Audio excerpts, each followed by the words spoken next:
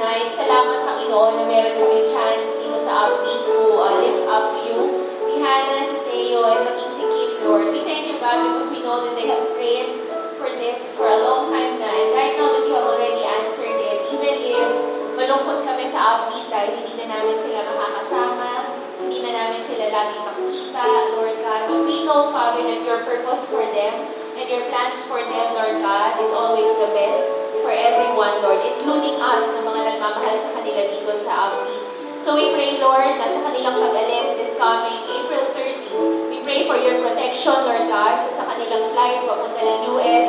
We pray, Lord, na makarating sila ng safe doon, Panginoon. We also pray na pag nakasama na nila sila, Tito Mojet at si Tita Jo, Lord God, and the rest of the family in the US, I pray, God, na talagang magkaroon sila ng fruitful na time together as a family, Lord. And God, we know that this is not the last time na makikita namin si Hannah and si Teo. They will be back, Lord. And pagdating ng panahon na yun, Panginoon, we pray na pagbalik nila dito, they are better persons, Lord.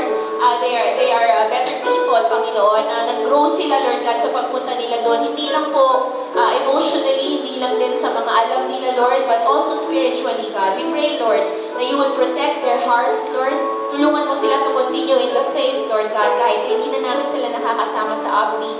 And we pray, Panginoon, na ikaw magprotekta sa kanilang mga buhay, katulad ng ginagawa mo na simula pa nang nag-umpisa ang buhay nila, Lord, sa mundong ito. We entrust to you, Hannah and Teo and Kim, Lord, because we know that you will take care of them, God. And we know, Lord, that this is for the better, and we trust you and your plans para sa kanilang buhay. Maraming salamat po, Panginoon. This we pray in Jesus' name. Amen. Amen. Hindi na napigilan, okay? Ano na kami?